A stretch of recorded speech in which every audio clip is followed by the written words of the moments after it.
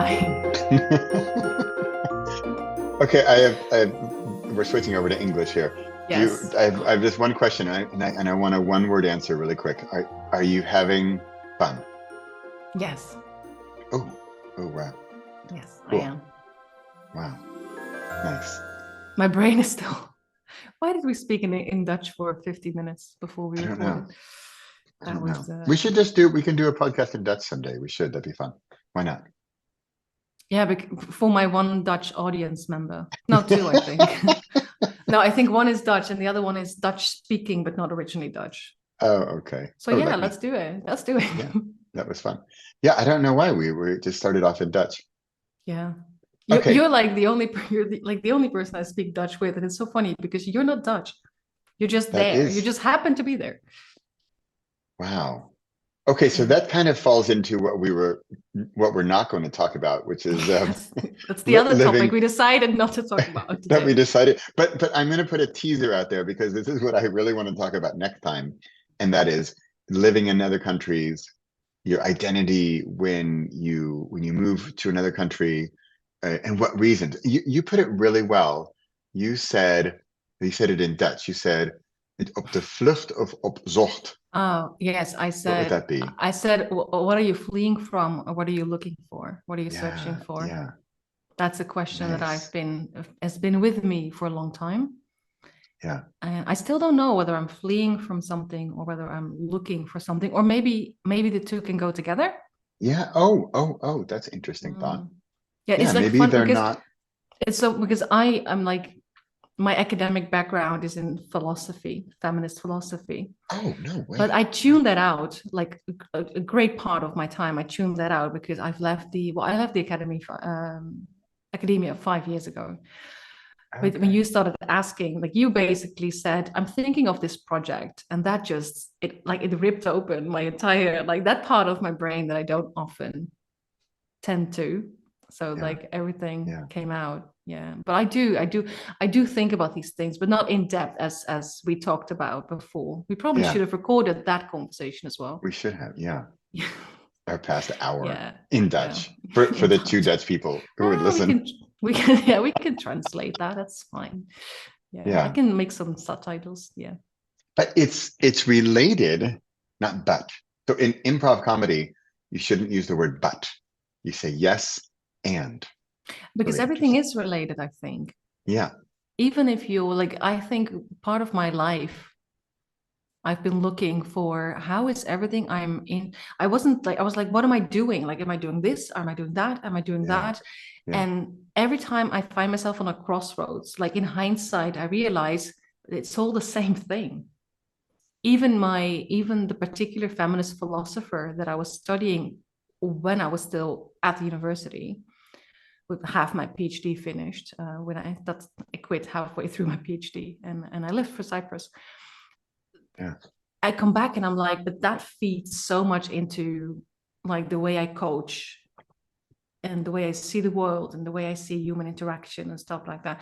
So it's like it's all part. But for a long time, I was like, I need to make a choice. Right? Like, Mm. am I doing this? Am I doing that? Am I doing? And I'm like, Yeah. no, but it's all the same thing. For me, it's all the same thing in the end. But when you're in it, when you're on that crossroads, and you're just like, I don't know what I'm doing. And then afterwards, you're like, oh, wait, that was actually all the same thing. Doesn't Yeah. really matter. Yeah. Yeah. So I No, there, understand it's not but, it's and. yeah. Yeah.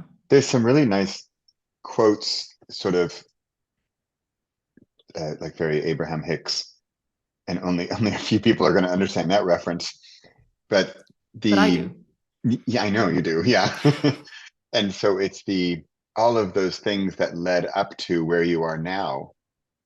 And this is a difficult concept, I believe, but I'm thankful for all of those things Mm. because it got me to Mm. where I am now.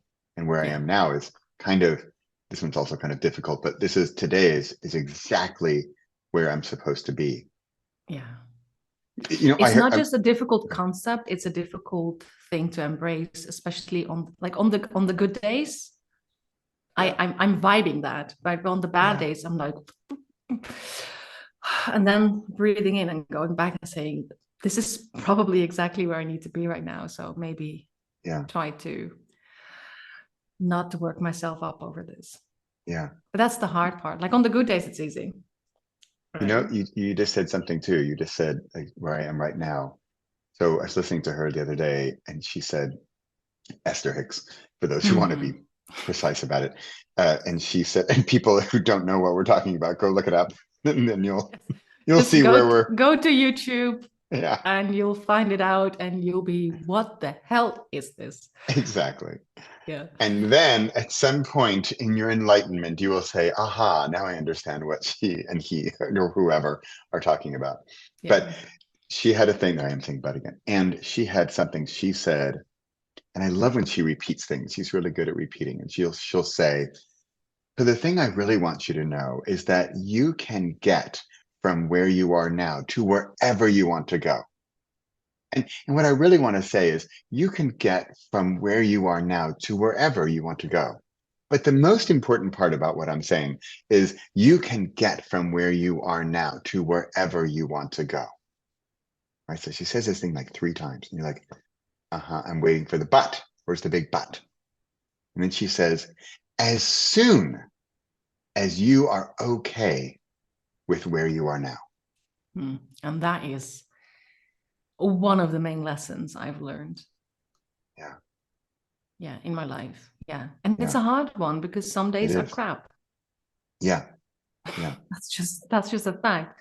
So it's noticing that and then going back to, okay, wait, what energy do I want to put out? And I think the highest vibration is gratitude. Yep. Yeah. So find things, and I'm really like a lot of the times I'm really bad at this. I know it in practice. Doesn't mean I actually practice it, right? Yeah. But when you find yourself in that, like find things that you are extraordinarily grateful for, and that doesn't have to mean a big thing. That can be, at this point, my cats are healthy, or my cat. Like I have cats. You have dogs. I have one dog. Yeah. Dog. Or for example, I have a vision of where I want to live and I'm living in somebody else's home, a friend's home, right? Okay. So I don't really feel rooted here because it's their stuff. It's their furniture. It's my novel outline on the back, but that's it. It's their color on the walls. I can't change anything, right? And that messes with me sometimes because I really like creating a sort of safe, sacred space around me. And that's hard to do when you are in a place that's so obviously not yours. So I have my days that I'm like, but then like grateful that in this particular economy, I get to I have friends that allow me to live in their house for, I think, probably half the rent they could get for it in this particular, in Cyprus, in this economy. That is not even a minor thing to be grateful for. That sort of trumps my cats are being fed and my cats are being healthy, right? It's like, just because one person thinks I'm a good person, that's why they sort of gave me their house to live in with my cats. Because I had to move, I had to move because of the cats, right? And they were like, live in our house. We are hardly there. Wow. It's fine. Wow. And I'm like, so it's not just being grateful for that, but I had a hard time accepting that generosity. Yeah. So I think that it's not just when you talk about Abraham Hicks and Esther Hicks, it's not just being okay with where you are, but it's also when you look at where you want to be, knowing that you deserve that you're worthy of that. Yeah. Wow. I think that is definitely I think that is still a struggle for me. Yeah. But who am I? Who am I to want this or to deserve this? Or well, and then as you just said the word receive, because that's a hard one, I find. Receive is very hard for me. I'm here and somebody's here and they're going to offer me this thing, and I'm thank you. I'm so I have such gratitude. Yay. But am I going to go so far to actually receive? And we're not necessarily talking about just house or money or something like that, something like tangible. But can I receive that I'm worthy enough to do Yeah. that or to go there. Yeah, so can I receive that when they see me, they see someone who deserves this? Yeah. Yeah. I think that is even Wow. harder than saying, wow, did I get lucky with these Yeah. friends? Yeah. Yeah. Right? It's Yeah. more that they've told me time and again, because of Brexit and stuff, it's hard for them to be here full Oh, okay. time, right? So Yeah. they at one point were like, we'll start our life up again in England. And if you pay us rent, then we go for holidays, right? Okay. We'll come for a couple of weeks and it's fine. Yeah. And then knowing that they're very much like, if it hadn't been me, they would not have offered this to anybody else. It's just me. Wow. And that is a big thing. It's like, for them, I am that special Yeah. that they want to give this to me. And like, I don't live here, like I said, I don't live here rent free, right? But I think I pay about half of what it could be worth. Yeah. It's a big place. So that is the thing, like, I think, and that is the hardest part. Like, if I hadn't been in need of a home at that time, they would this place would be empty. Yeah. So that is the thing for me. Like, that is hard. Like, that is much harder for me to receive than just, oh well, so now I give them rent, so at least they're making something, like they're making some money with this empty house. It's more about the gesture comes not from them being, oh, you know what, we can sort of, earn a little bit of money from this house that's sitting there empty. They didn't care about that. What they cared about was that I, as a person who they care about, is being looked after and gets what Wow. she needed in the moment. And that is for me still very hard to receive. Yeah. Wow. Yeah. But that vibration, if you can be in that vibration, Yeah. like that is, I think, the stuff that Abraham Hicks, Esther Hicks that's what they talk about. That Yeah. gratitude and that level of receiving. You know, from a book perspective, I always had a hard time, I probably still do, with I write some book. It has some information or education or entertainment or whatever, and somebody buys it and they are thankful, maybe even grateful that I shared this Yeah. so that they can receive it. And for me, I think like you said earlier, my worthy enough, that this is kind of, I'm going into like a reverse meta conversation here, but that they receive, and then can I receive their gratitude for me creating this thing? And I struggle with that. I think still, I still think, oh, this won't entertain anybody or help anybody, or, and like you say, you have good days, bad days. In bad days, like, oh, who would ever read this? Why would they ever do that? Who would ever even pay me for something like this? How could I possibly help someone?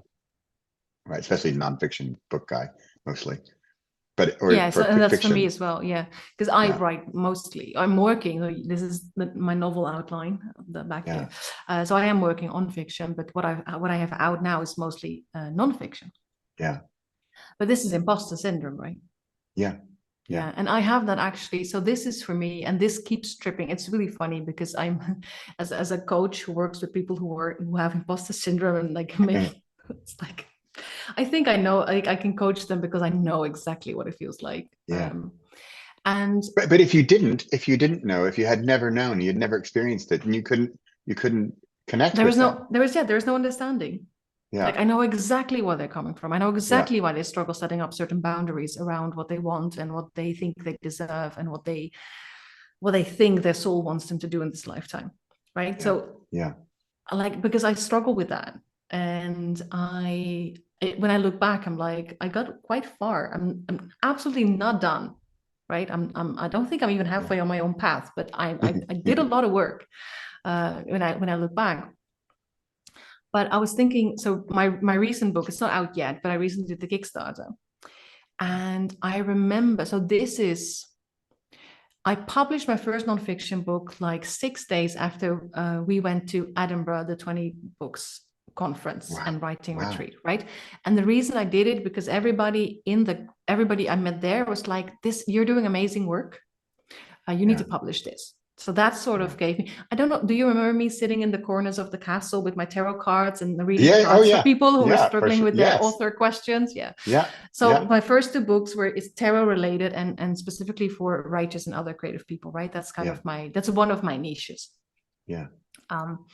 So the reason I published, so one of them, the first book I published was like a tarot challenge.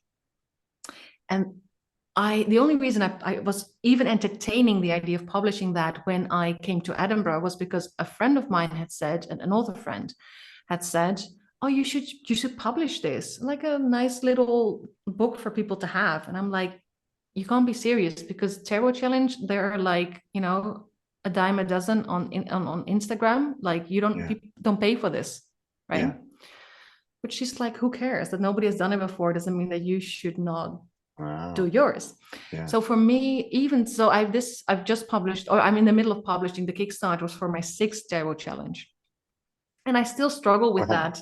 It's like, and the thing is, I do it on free on Instagram as well. Like every time I publish one, I first do it on Instagram for free, and then I publish the book. And for some reason, people buy the book. I don't know why that is, but they do, right? But this sort of inherent, it's not worthy, because it's such a small thing. And I also, people can do it for free. Literally, they can find me on Instagram and I do it for free. But this sort of inherent unworthiness of this particular book that I published, the thing is that for me, I've had like my reviews are like incredibly, like I get really good reviews on my stuff generally, right? I think the only bad reviews I get is when I realize that people didn't read the blurb before they bought the book. So they're disappointed, but that is because they expected something of the book that the book isn't. That is not something I can help you with. I'm very clear in the blurb what you get. Okay. And that happens to me sometimes as well. I buy a book and like, hey, and then I look at the back and I'm like, oh wait, I didn't really read that well. Okay, but that's my problem, so I don't leave a review, because I'm like, I didn't do my homework before I bought this thing. But I recently had, so I'm doing this Kickstarter. I didn't expect much of this Kickstarter, because inherent idea, right? This is not a worthy project. So the only reason I did the Kickstarter is because I saw it as an opportunity to do a special Kickstarter only edition for once. I've never done that before, right? Like, doing a book that you can only get on Kickstarter. I'm like, let's see what happens, right? That's kind of my approach to my business. Just let's see what happens. My work might not. I love that. I do that. Yeah, it's very scary, but that's sort of like, there's a lot of joy in there and there's a lot of fear in there. And the thing was with this one, like, because I believe that there is no inherent worth in these particular books that I do, is that when people message me to tell me how much it's helping them, I'm always sort of like, what? Like that, like it shocks me when it's very well received. And it's fine if it's people I know, right? Because my challenges, people I know do them, right? But with this particular one, I had someone approach me on Instagram like halfway through the challenge, and she was like, I want to let you know. And so I think this, and so this is interesting. Just, it's going to sound like I'm going all up, but I'll come back. This is also one of the other struggles with this book, is that it's kind of slightly outside of my brand / niche, because usually I write nonfiction for either writers and other creative people. So creative people in general or writers specifically. And when I was creating this challenge, I sort of felt like, no, I want to create something that everybody can use. But that felt sort of, that I had this struggle, like, because that doesn't fit.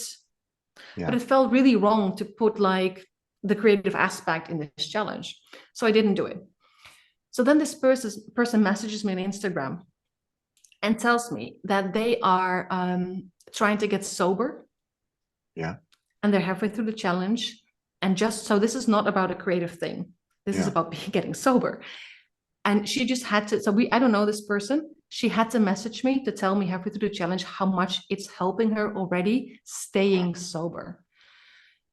And then I'm like then that's worth it. Then I'm done. I've done, like, I'm like, have I done what I needed to do? Yes. But now I want the next step, saying, so that this helped someone means that there is that I can attach monetary value to the product. And that doesn't mean I have to like sell it for $900 because it helps someone get sober, right? Or it supports. No, because I charge like for the ebook like $2.99 or something in dollars, right? Yeah. But that's my last step, I think, that I can see the value. That if like people tell me this has really changed me, this has changed me for the better, and then being okay with, okay, so I this is something that people can get for free, but then I also put like a monetary value on it. Yeah. And then being okay with receiving it when people sell it. Because every time I sell one, I'm still like, really? And I'm like, that's not the kind of energy. That's not really, but I'm sure you can understand the feeling. Yeah, like, really? absolutely. Really? Yeah. Like, even if it's just a couple of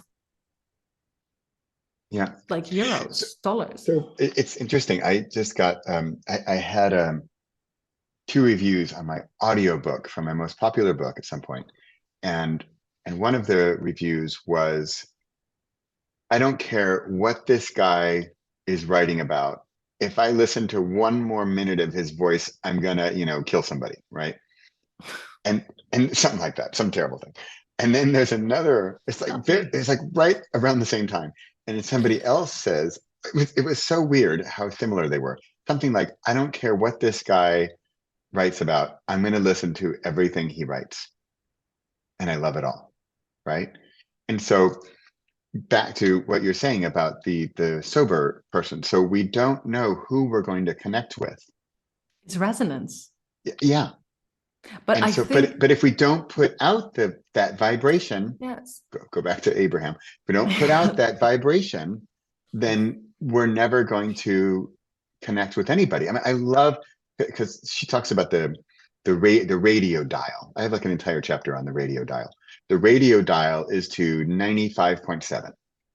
And so I am a radio transmitting beacon, and I'm going to transmit my message or my book or my tarot card or my whatever at 95.7. And then that's the ideal frequency for somebody who really wants to connect. And so I'm going to do that.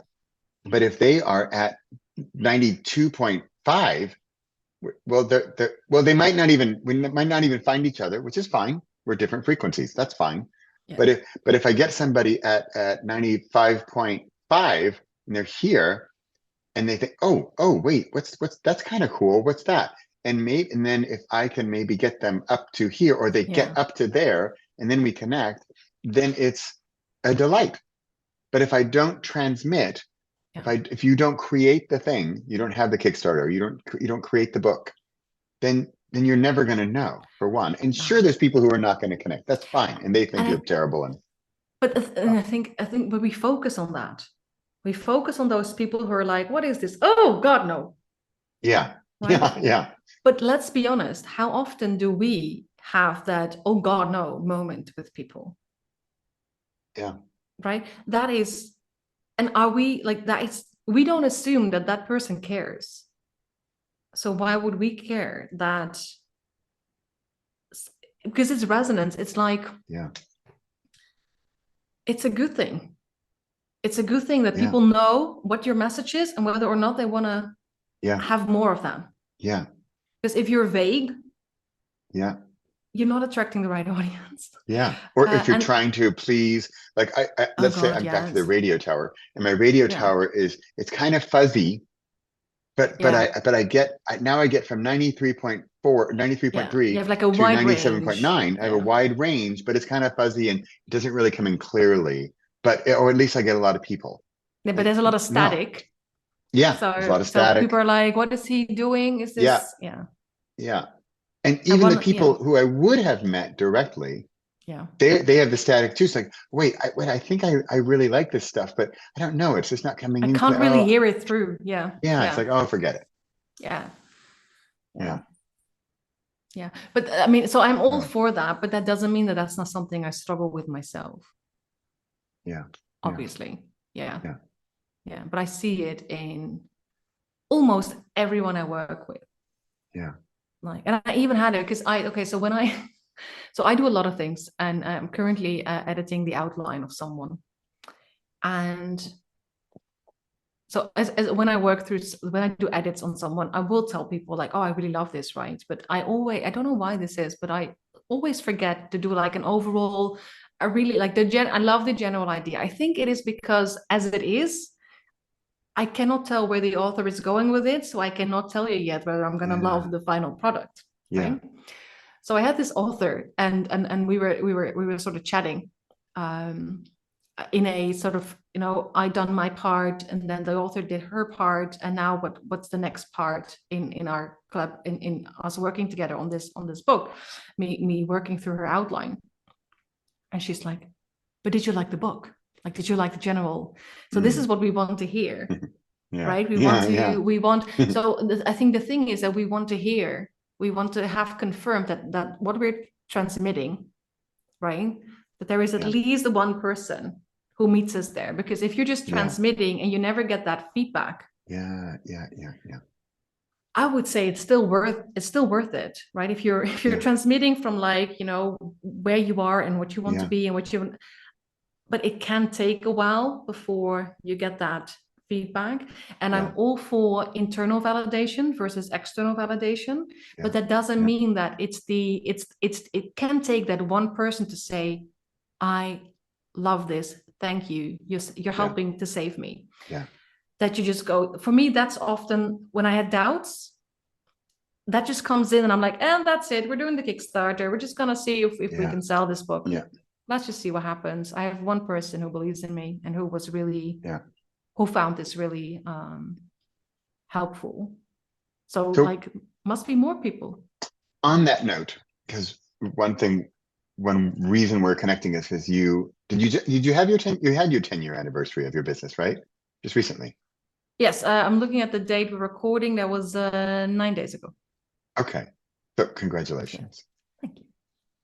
And so related to a lot of what we're talking about, I think this is really interesting. So I was curious, you've been going for 10 years. How have you done that? How have you gone for 10 years? And of course, ups and downs. And is it stuff like this where you get that call from somebody who says like, thank you for doing this? I do think so. What I want to clear, so the whole writing thing. I started my business 10 years ago, and the focus was editing and coaching. Okay. And then specifically academic editing. I was a lecturer at the University of Utrecht at the time. Okay. Yeah. And I was doing a lot of thesis work with students. And I think it's really funny, probably for other people. It's not so funny if you're in it. But to me, I experienced it as, what is this? This is not a good approach to life. I tend to end up doing the things that I realize I'm good at, or other people tell me I'm really good at. So I got into editing because one of my good friends, she's a professional editor. Yeah. And she's the one who was, at one point, she wanted me to start checking her work, but I thought, why? But it was because she had this feeling that I would be really good at it. So she was more like trying to test me. And I was like, yeah, I mean, you're the professional editor, but I can look over this, right? Yeah. And it was because I was always complaining to her that when I was reading students' theses and papers and stuff like that, I struggled reading the content if there were too many, if the order of the logic was like missing, right? So content wise, like, how do you build your arguments, which relates to plot, of course, like, is everything in the right order for a reader to sort of, go with it or be like, what's happening? But also like the interpunction, the spelling, this stuff. So I was complaining to her. So she was going, okay, so you have a real eye for that. So she was secretly testing me to see whether I could actually. So she was sort of giving me tests. And at one point she was like, okay, I've been looking at this for a while now. I think you should do this professionally. And so that was completely out of the blue for me. But it was because she was like, like, she's been doing this for a long time. Yeah. And she was like, I look at your work, and there's maybe one or two things that I would change. Wow. So maybe you should do this. So that's kind of how I went. And I started off focusing on academic stuff because that was kind of my area at the time, right? Like that's what I was doing. And I was also coaching student, like through their writing, I always got the compliment that, you know, I was one of those few teachers who actually left like useful, constructive comments and try to help them figure out what is it that you actually want to write about and why is this your passion, instead of just how can we get to a passing grade, like what it, like dig deeper, right? That's always been my thing, and they were always very grateful. So that's how some students, even if they weren't particularly fan of the topic I was teaching, they still ended up in my courses because they were like it's great to be, at least we learn how to write better papers, even if we don't really care about this particular feminist course that you're doing right now, right? Which is an interesting situation. So initially I started out doing that, right? So editing, coaching, very much focused on academia. But at the same time, so that same year, I started coming out of the closet as a writer. It was the first time I admitted to a friend that I was writing fiction in secret, right? Yeah. So gradually, I started working more on that as well. Like doing, because there's a bit of a difference, and I took some workshops and stuff, like the difference between like editing, like things like academic writing and nonfiction and fiction, right? There's a little bit of difference there. Yeah. And then so that started happening, and then you know, you just realize you're good at it. And how do I realize I'm good at it? Because it's like my friends are writing novels. I'm like, let me look at your novel, and then they're like, this is like the best feedback I've ever had. Oh. Like, okay, this is something I'm good at. Okay, let's keep doing that. And then, you know, and then at one point, one of my friends said, like, why don't you coach fiction authors? Because we sit together every 6 weeks and you talk me through my novel. Wow. And it's really useful. And she had done some really expensive thing in London for a while, like thousands and thousands of euros, where you're like guided through the novel writing process and you meet agents and stuff like that. And she's like, your feedback is much more in depth than what I've gotten through that really expensive course. And all I give you is tea and cookies. So maybe you should include this. Like maybe you should. So that's sort of how my business like developed is more like, there's people who are like, I think you're really good at this thing. Let's try it. And I do it, and I do it for free a couple of times. And it's like, oh, you're really good at this. And then I include it as a service. It's also how I started doing blurb writing. Like a guy I know, he owns a publishing house. He's like, I get the feeling you're really good at this. So do you want to be my apprentice? So I was his apprentice for 2 years. Wow. And then he was like, I'm cutting you loose now, do with it whatever you want. And that's how I developed my blurb writing service. So it's all these things, like, it's really interesting how that developed. Yeah. Yeah. But it's also like, and it's like we were saying earlier, it's, you're putting it out there. You're, hey, let me take a look at your novel.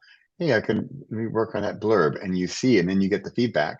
Because if the feedback was, you're terrible at this, you should become a, carpenter. Yeah. Then that's a learning experience too. That's advice too. Yeah. And then you wouldn't pursue it.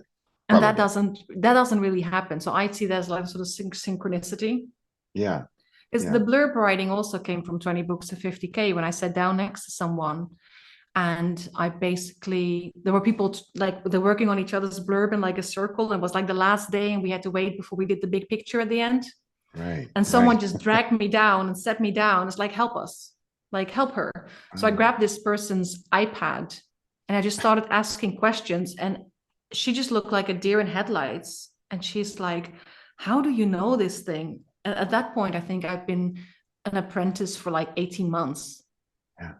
And nobody knew I did anything with blurbs. Wow. That was just and she was just looking at me like, is this something you offer? And I was like, no. She said, I think maybe you should. Wow. So we just rewrote the recurring blurb. theme. Yeah, that's good. And this is also, so now where I am now, my coaching has become much more spiritual.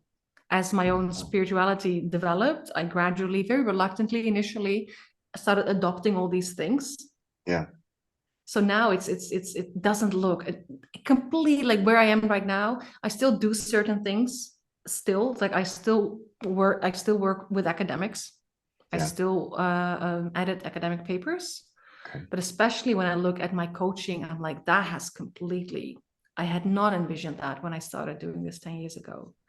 Also because I wasn't there yet. Like I wasn't doing all the I mean, I was a closeted writer, but I think I was a closeted spiritual person even more, because there was no Yeah. space for that in where I grew up. Yeah. That was very mocked. Have you ever Uh, read or listened to Wayne Dyer's basically autobiography called I Can See Clearly Now? it sounds familiar, but I don't know. I haven't read it, but it So sounds he so familiar. he he narrates his own audiobook, which I highly recommend. It's really good. And he talks about how he started out, he's sort of a self-help guy, right? But in early on, he was much more about more general stuff, uh, kind of habits or kind of breakthrough and that kind of thing. And then only at some point did and he kind of did a statistical report on how many times he had mentioned the word spirituality or spirit or something like that in earlier books, and it was like zero. And Oh, then and at one then point, it was like mentioned once or twice in a book. And then later, it became like the title, and it was mentioned, 1,214 times or whatever it print in the book. And how that was also his path, because as he that's a good became book for more me. spiritual himself, Yeah. he became more so in his writing as well. I highly recommend it. It is Where I Can See Clearly Now. And Which the I kind of feel like I'm on that path. Like I see more clearer now where I'm supposed yeah, to go. yeah, yeah. And that is very for the first time, I'm not scared of it, because Oh, I like, and that is because that the spiritual aspect, like I said, I was very reluctant about that, because like I yeah, really grew up like yeah, in a household where it was mocked, yeah. Him too. and that is not conducive No, no. to feeling free to like, so then when I was really young, when I said I wanted to be a writer, that was mocked. Yeah, So yeah, I became a closeted writer. yeah, Everybody who had even a touch of spirituality, like, yeah, not taken seriously. yeah, So that's how you stop yourself from looking into that, yeah. even though that those were the people I came across, right? So the Hmm. person my mother was mocking, right, one of the neighbors my mother was mocking, that was one of the people, the adults, when I was like 14, 15, one of the adults I had the best conversations with. So that's very Wow. telling, of Yeah, course, right? yeah, But yeah. I couldn't tell my mom that I'd spent the entire afternoon in his backyard having a cup of tea and talking about the universe, Right, right? right. Because she was like, "Oh, this guy," right? And Yeah. Wow. for me, like he was a Reiki master, and I'm like, what I do Oh, now is wow. like so far beyond that I'm like, Yeah. I don't even think I think my mom recently kind of caught up with the work I do now, Hmm. which is I do a lot of past life work. Oh, wow. Oh, I didn't know that. Oh, I love that. Oh yeah, so that's my latest curve in the bend in the road, Man. basically. And I think um, so she kind of asked about that, and I tried to kind Yeah. of explain, but that was because she sort of she accepted, because I'm a Reiki master in the meantime, and she sort of, that's sort of like I remember the moment when he passed by now, but when her best friend was he was suffering from Alzheimer's, and he had COVID, Yeah. so he Oh, was very wow. upset. Yeah. He couldn't see his wife, who was the only person he recognized at that time. Oh, So my mom was here at the time in yeah. Cyprus. And so I basically said, like, my mom was sitting on the balcony in the sun, like reading her little iPad, like reading like NOS and Yeah. nu.nl, right? Yeah. As she does. As I was like, Mom, I'm just gonna, don't think you can come inside the house. I don't care, but I'll be sitting on the couch and I do my Reiki practice. But you don't disturb me if you come into the house. It's fine, right? I can do this. Yeah.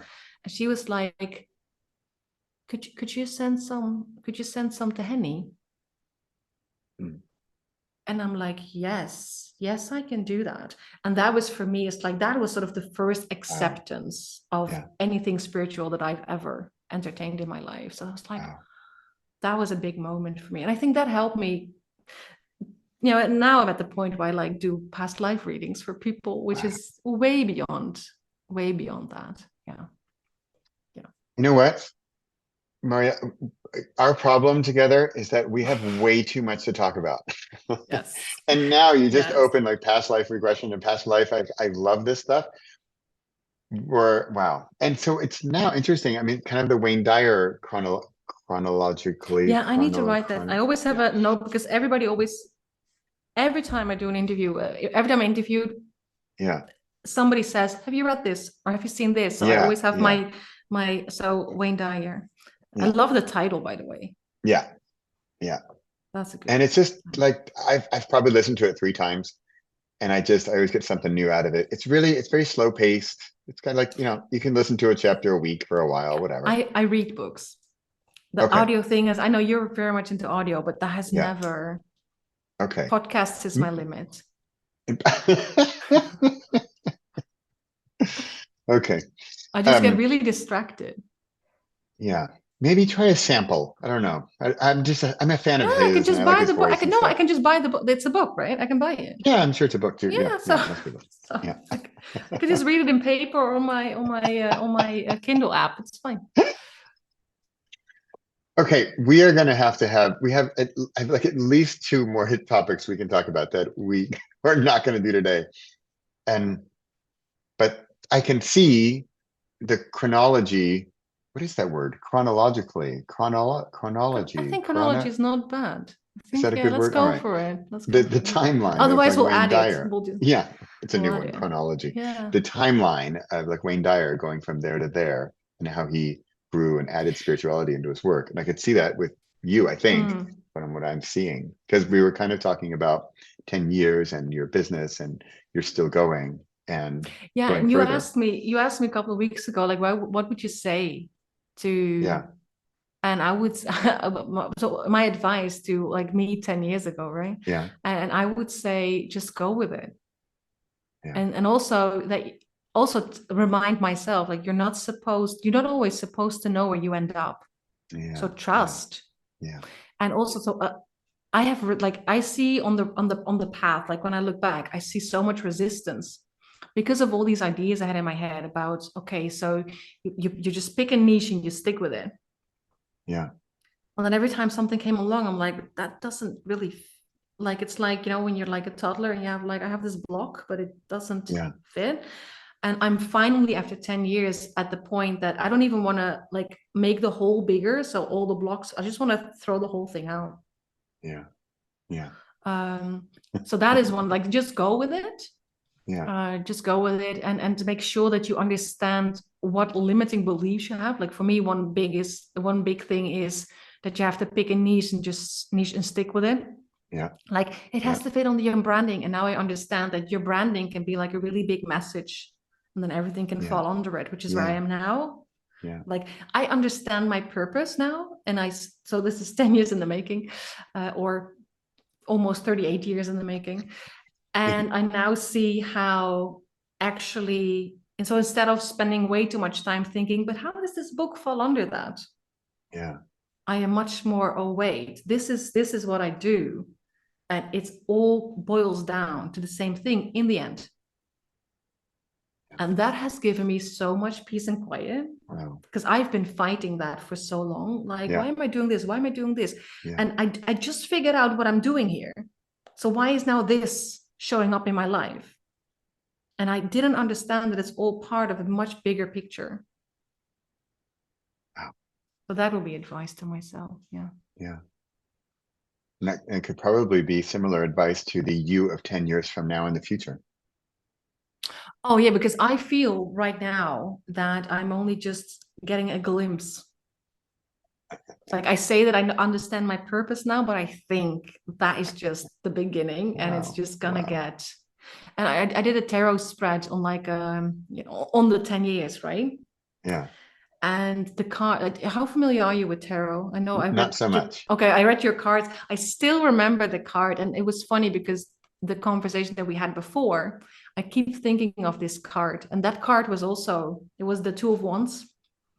I Huh? remember where we were. I remember Wow. where we said, yeah, it was the Two of Wands from the Wild Unknown Tarot deck, and it was very much how we like that you just need to keep focus. You just need to keep going forward, and in that you need Yeah, to just keep focusing, right? And in this particular card, the wand has all these sort of stubs, And while we were in Edinburgh, I think we were having Yeah. lunch actually. Yeah. And while we were in Edinburgh, we came. So that's 5 years ago. So this is your 5 year reflection Wow. point. Yeah. Yeah. It was that you were already doing this sort of. I have so many things I want to do. Yeah.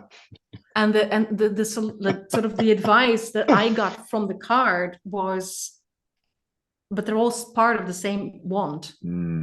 So it's all moving in the same. And now just this is not recorded, but we had a very similar conversation.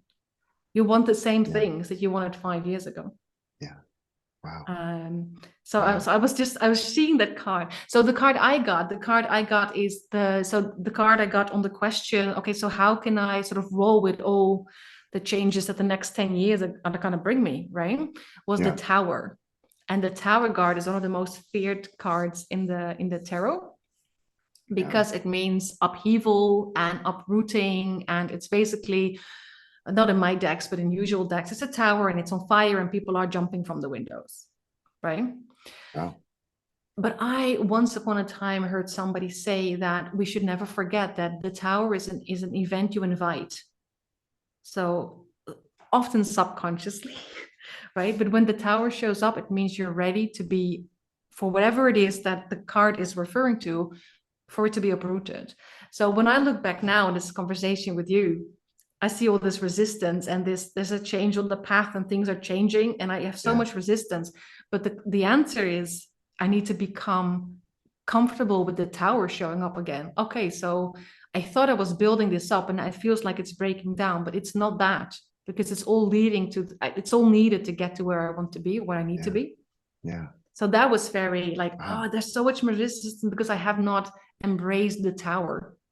Okay. That the tower is just, and actually the tower is actually one of my birth cards.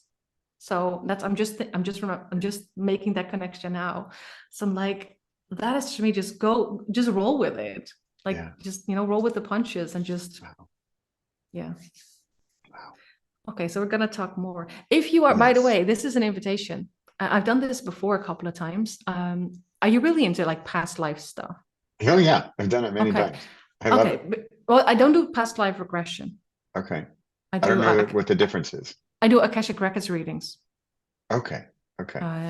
So I access your Akashic Records, which are like the soul records, right? Yeah. Everything that has ever happened and will ever happen is written in the Akashic Records. Wow. So what I've done before with people is that I do the reading offline, and then I have a call with people about what showed up. Yeah. So what we could do is I could read your records on a particular question, and then we can have the call, not live, but we can record the call. Because people have done it, they've put it out as episodes, me reading their Akashic records. Oh, I would love to. If you're into that, because that is where my coaching is right now. I've combined my coaching of creative people, like the Akashic Records has become sort of an integral part of that. Okay. Oh, wow. Yeah, so it used to be, we just added like another thing we need to talk about. No, but I used to coach people, and then if I saw that they needed it, I would be like, you know what? I can also do this thing that nobody knows about yet, because I was too afraid to let the world know that I'm that spiritual. Wow. And now it's more, so it has flipped. Now it's like, if you want to work with me, the basis is we're gonna dig into your records and see what comes up. Okay. And then we're going to work through the struggles that you're having right now. So if you're like, because I'm like, I love doing that. So if you're like, let's do it. I absolutely love it. I love it. Okay. So that is okay. Yeah. So now we have more things. Okay. Yeah. We have a plan for the rest of the year. If you can send this all to me, but if people are listening and they want to know where to find out more about the myriad of things you do, stuff that I do, where can they find you? They can find me on mswordsmith.nl. Okay, mswordsmith. It's gonna NL. NL, yes. Okay. I did buy recently. I bought another URL, so I'm sort of rebranding myself. Okay. But I haven't even had the time to find like a web designer. Okay. I'm not doing it myself this time around. Yeah. So it will eventually change, but for now it's mswordsmith.nl. Okay. Yeah, I'll send you the stuff. Yeah. Good. Well, this has been a delight. Both of our conversations, both this recorded one and the non-recorded one in Dutch. We clearly have way Yeah. too much to talk about, and this is Yeah. super fun. And then what's what I love about this? Like I had no idea the Akashic records and all that. That'll be super fun. That'll be next time. Isn't it? It's so interesting how because we've met 5 years ago. Yeah. And how some things haven't changed and some things have Yeah. been completely like, what are you up to now? Yeah. Yeah. Yeah. Yeah, it is interesting. Cool. Yeah. Okay. But this is a great way to keep a kind of tabs on each other. It is. It is. It's a fantastic Yeah. way. I love it. Okay, And so I'll be it's like back. weirdly public. That's kind of Yes. kind of Yeah, crazy, that's but I always ignore that part. yeah, That's how I get through these things. That's funny. It's a good tip. Yeah. Okay, Mariëlle. To be continued. I'll be back. Thanks. Thanks for being here. To be continued. Until next time.